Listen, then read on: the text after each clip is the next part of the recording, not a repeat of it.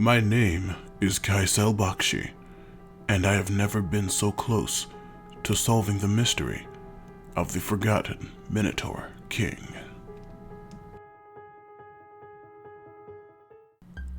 I was paralyzed with indecision. The leader of the quarry, Niskevich, had just told me the very worst news I could possibly imagine at this time. The Mindas Kingdom castle of Goldinirod, and the station from which the Minotaur King Crunturg had ruled, was scheduled for destruction not a few days past. I wanted to ask him for more details, or the best way to stop this horrible demolition contract. But my experience with the Rospo and his indifference when delivering me the information told me it would be a waste of time. My only other option would be to ask for aid in traveling to the kingdom just west of us, but Niskevich only issued me a stern glare as I was no longer his employee, and thus my wasting him time was as good as wasting him money. I looked to Tristafe and Ahani, my traveling companions, for ideas on how to proceed, as well as our nearly mute new follower, Dar. Ahani had little in way of ideas on what to do, something I couldn't hold against her, as like always she was partially busy, diligently stenographing all of my dictated thoughts. Dar just hitched his bow and looked at me and Tristafe with mild concern. It was my always quick-witted bodyguard and expedition's chaperone, Tristafe Myrink, who finally gave us the push we desperately needed. They said it was west. I'm guessing, given the position of the morning sun, through this marsh will be our best bet. Without another word, she holstered her guns, after taking stock of her ammunition and leather armor, and shoved all of our group toward the wetlands west of the Rospo quarry and the Fioletov mechanized city.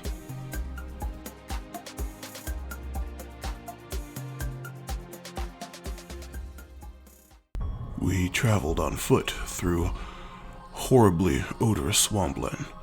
Various buzzing and stinging insects accosted us as we walked, struggling to free our improperly treated footwear from the mud as we went on.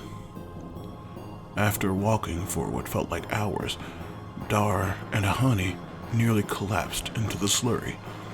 They violently lurched forward, as if shoved forcefully from behind.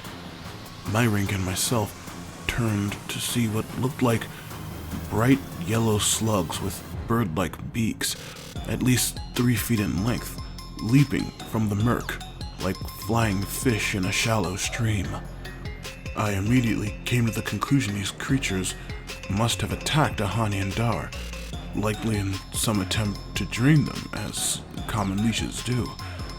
As if on cue, Myrink unholstered her revolvers and took aim at the one that had tackled Ahani to the ground, only to see it writhing past her and making its way to Tristafe herself. With a loud crack of her guns, the leech-like creature burst into not phlegmy yellow goo, but bright, almost fluorescent red blood that covered Myrink from head to toe, dyeing her previously mildly mottled white fur bright pink. The army of leaping leeches continued to flop and hurl themselves in our direction. I took cover, nearly face first into the swamp water.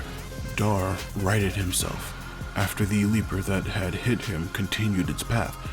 He closed his eyes as if in deep concentration.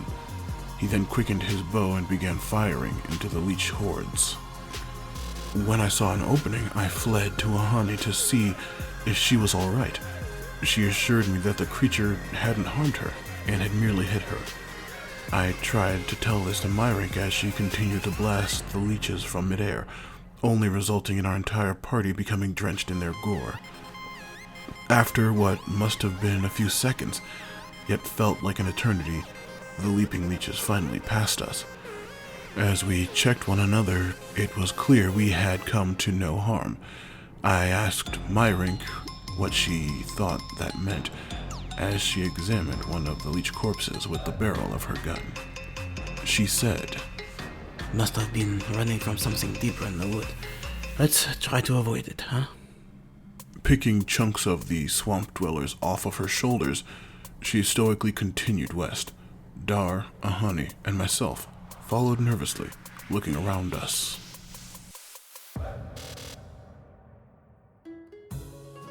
The sun was getting lower. Our only clue we were any closer to Goldinirod was the swampy marsh we began in had mellowed into a simply muddy, floored forest. We began to discuss setting up camp when Dar pointed out a collection of large, tricloven hoofprints. The amount and the closeness of them meant it was likely a pod of some kind, and the hooves, Myrink pointed out, meant they were likely herbivores in nature. Myrink gestured for us to rest under a tree while she went ahead to see if there was a straggler in the bunch that we could use for nourishment. As we sat and waited, I tried to engage with Dar, asking him what he was doing in the moment of concentration in the swamp. His only response was to close his eyes and point to his elven ears. "I am Dar," was his only comment.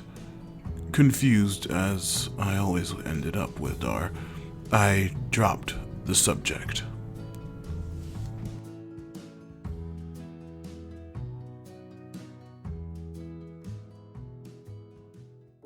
Eventually, a slightly concerned-looking Myrink returned to us. I didn't see the herd, but I saw one of them resting alone. I believe it is a Cthulhupass, and a rather large one at that. The animal sounded familiar, a cross between a very large boar and an ox, said in some legends to eat stone or possibly even eat flesh. Looking over the party, she gestured for Dar to join her, and for me and Ahani to keep an eye out for the pack. We followed her to the outcropping she spotted the beast in, and that was when we spotted it. The way Myrink described it as large was an enormous understatement. From ground to shoulder, it would have been at least twice my height, and the length of its body was potentially 3 times that, covered in patchy and mange-riddled bright pink fur. Its slouched 4-legged posture reminded me more of an on-edge bulldog rather than an ox or a pig, and from its squat and seemingly snarling face sprouted 2 curved golden tusks that must have reached at least 5 feet in length each. The creature looked like it was assembled by a madman. The thought of killing it, let alone cooking and eating it, seemed as far-fetched as its appearance. It seemingly ignored us as it rubbed its hindquarters on a bristly conifer tree. Myrink gave Dar a hand gesture to circle around and flank the beast. As he obeyed, she gestured for Ahani and myself to get back. Pushing the deep feelings of fear I was developing once again aside, I mouthed Myrink that I could help. Rummaging in my backpack, I found that purple-skinned old man's scrolls. I grabbed one that looked particularly menacing and pointed to it in view of Tristophe and Ahani. Tristophe gave me a sallow look and shook her head no. Then, once again, gestured for us to get back. So, we gathered our things and went behind a not-too-far-away tree. With her pistols gripped in both hands and an eye on the beast, She took aim, about 90 degrees to the beast's flank, waited Dar.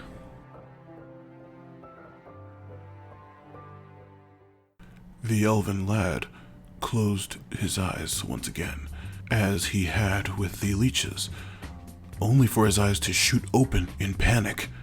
He leaped from the brushes, waving his arms like a madman. The Catoblepas raised its head quizzically, revealing something we hadn't been able to glimpse earlier. By its considerably thick neck was a bundled pile of leatherwork, wide enough to be used as a tent, adorned with animal horns and canteens and humanoid skulls. Myrink must have figured Dar had finally lost his mind, as she herself sprung from the trees, firing at the Catoblepas's rear. Her bullets ricocheted from it as if its sides were made of solid granite. The beast let out a low, mellow roar that could only be interpreted as extreme annoyance, and began running with frightening speed towards Myrink. I knew she and Dar were as good as dead if I didn't do something.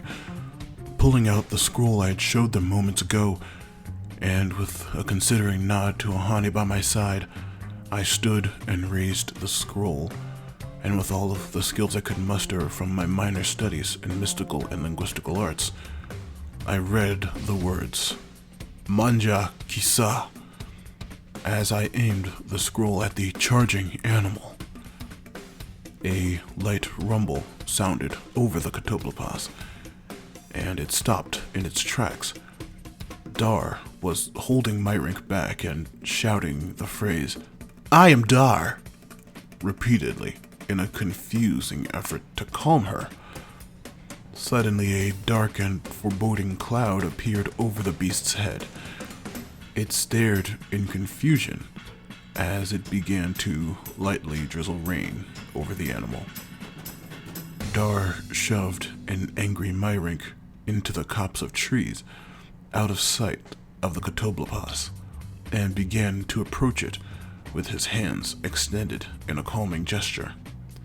The light rain I had cast was washing over the pink fur of the Catoblepas, and it began running like dye off of its monstrous back, revealing whitish-brown fur underneath.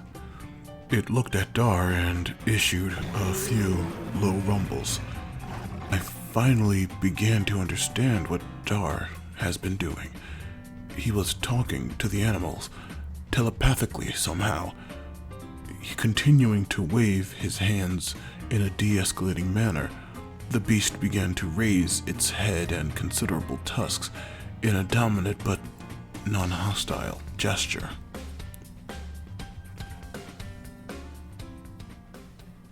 Now what dang old boy doing? You gonna messing up your crew again before the job? A terrifying voice rumbled from beyond the Catoblepas. From around the tree the beast had been rubbing against came a bulbous humanoid figure. It must have been at least 9 feet tall, wearing crude animal skins across its lap and rotund belly, scratching his bald, lumpy head. An ogre? That little elf do that thing, he said, pointing from the brown fur to the now very nervous Dar. You gon' pay him. You gon' repay him, boy. With a sharp whistle from the ogre, the Catoblepas began gleefully trotting in place like a show pony that just happened to be the size of a mammoth. From mine and Ahani's place in the woods, we could see a look of pure terror across Dar's face, seconds before the long golden tusks of the Catoblepas gored Dar from leg to scalp. Ahani stifled a yelp, and I tried my best to refrain from vomiting as the beast began raising the murdered Dar's corpse with its tusks like a meat hook and began slapping his lifeless form against its back and sides, returning its fur to its previous bright pinkish red state. I could see Myrink across from us, scuttling back towards the brush silently. Now dang old boy, stop playing with that tree rat.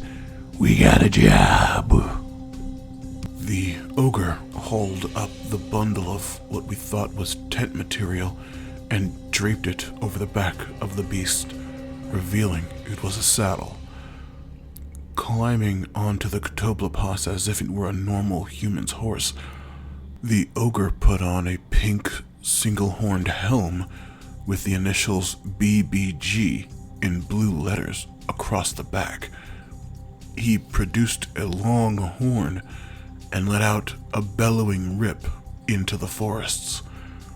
After a few seconds of what sounded like an enormous earthquake ripping through the woods, as dozens of Ctoblopos riding ogres met the lone rider we discovered, standing among the dozens of brutes was a familiar face. Oi, we ain't hire you lot to piss in the forest.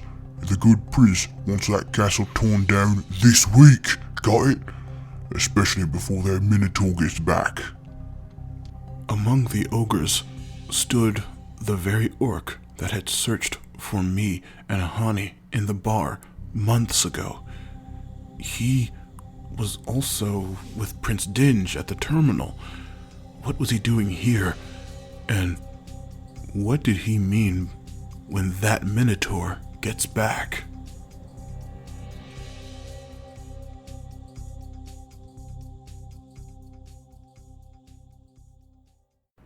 Hi, my name is Matthew Lewis, and I do the voice of Kycell Bakshi along with all the additional voices in The Forgotten Minotaur King. I hope you enjoy the podcast and continue to listen into the future. If you want to support my content, please donate to my Patreon, Matthew Lewis Podcasts. Subscribe to my YouTube channel, Matthew Lewis Podcasts, all one word. Follow me on Twitter at Matthew Lewis P.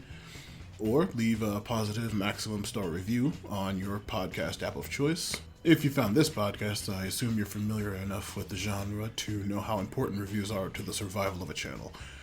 And I hope you recommend this to your friends. Or if you didn't like it, you could recommend it to your enemies, and I'll teach them a lesson. Keep it sleazy, folks, and thank you.